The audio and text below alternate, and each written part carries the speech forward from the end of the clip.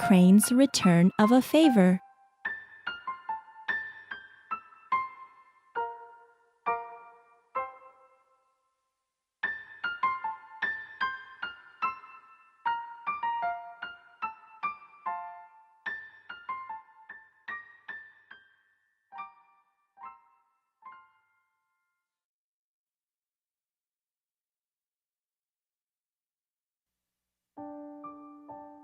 Once upon a time, in a remote village, deep inside a forest, there was a young man named Yasuke, living alone.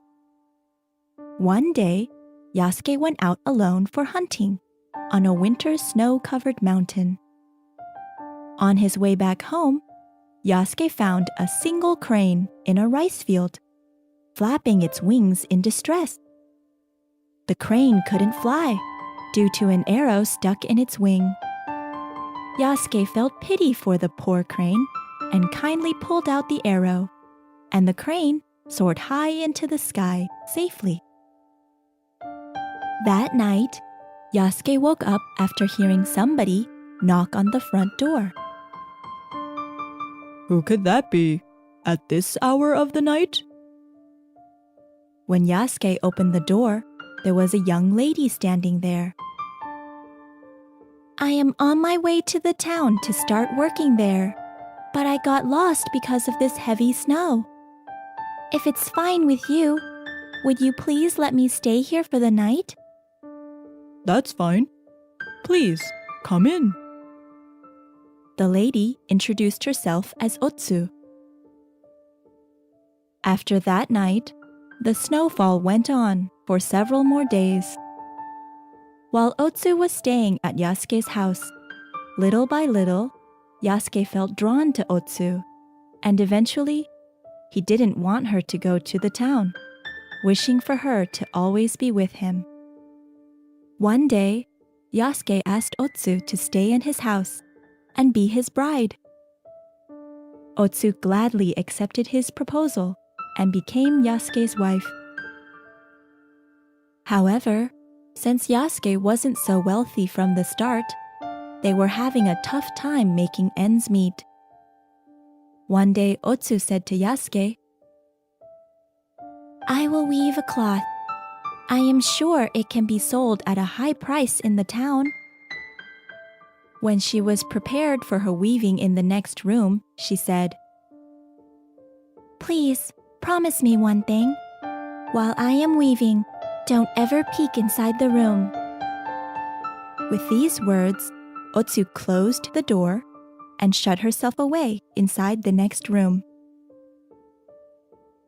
Since that day, Otsu devoted herself to weaving for 3 days and 3 nights straight, without having any food, let alone any water. On the 4th evening, Otsu finally came out of the room and gave Yasuke a piece of cloth. The next morning, Yasuke went out to the town with the piece of cloth. That piece of cloth was sold at a considerably high price in a clothes shop there. Thanks to that money, they could live without having to worry about food shortage for a while. However, due to the long-lasting winter, their money and food were gradually running out. Yasuke asked Otsu to weave another cloth.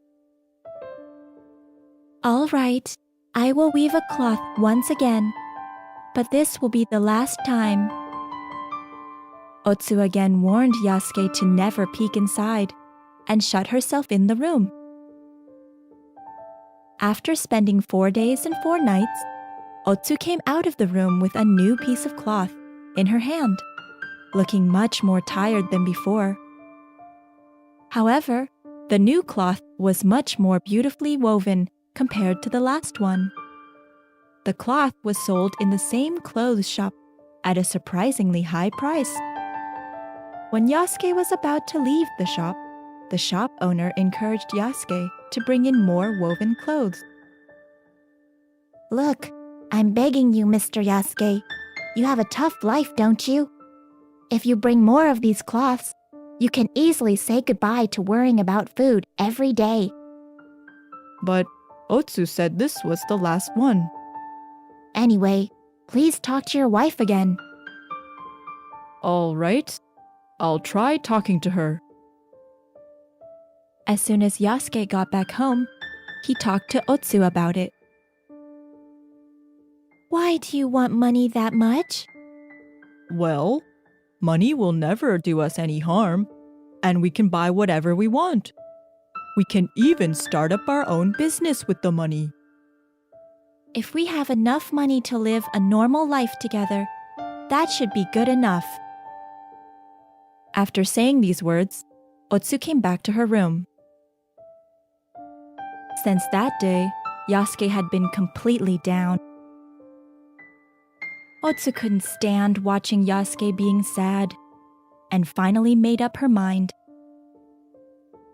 Okay, I'll weave a cloth once again, but this will be really the last time. Yasuke was happy to hear that, and Otsu, again, shut herself inside the room after warning him not to peek. Yasuke waited in front of the door for Otsu to come out. From inside the room, he constantly heard the sound of the weaving loom. However, that sound seemed to be much weaker than before. It had been already 5 days since Otsu went into the room. Yasuke was so anxious about Otsu that he couldn't keep himself calm anymore.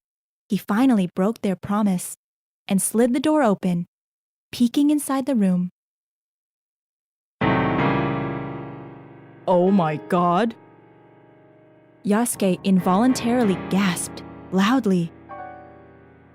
He didn't see Otsu in front of the weaving machine, but instead, there was a crane there, plucking out its own feathers and weaving a cloth using those feathers.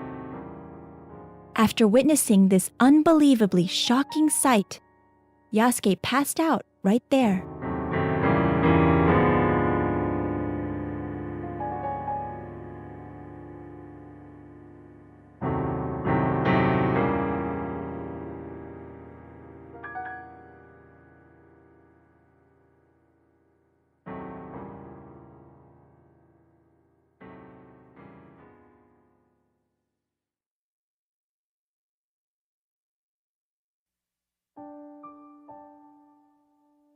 When Yasuke woke up, there was a piece of woven cloth right in front of him.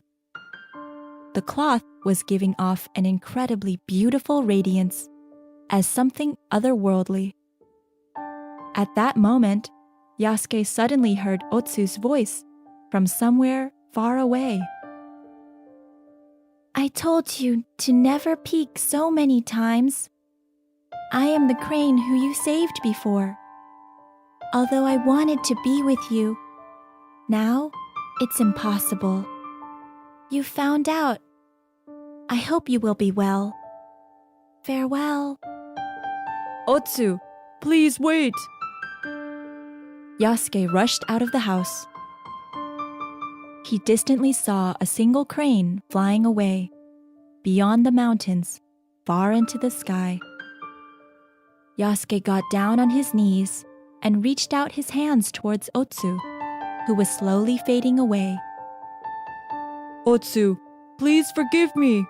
Don't leave me! His cry vanished, like it was sucked into the continuously falling snow.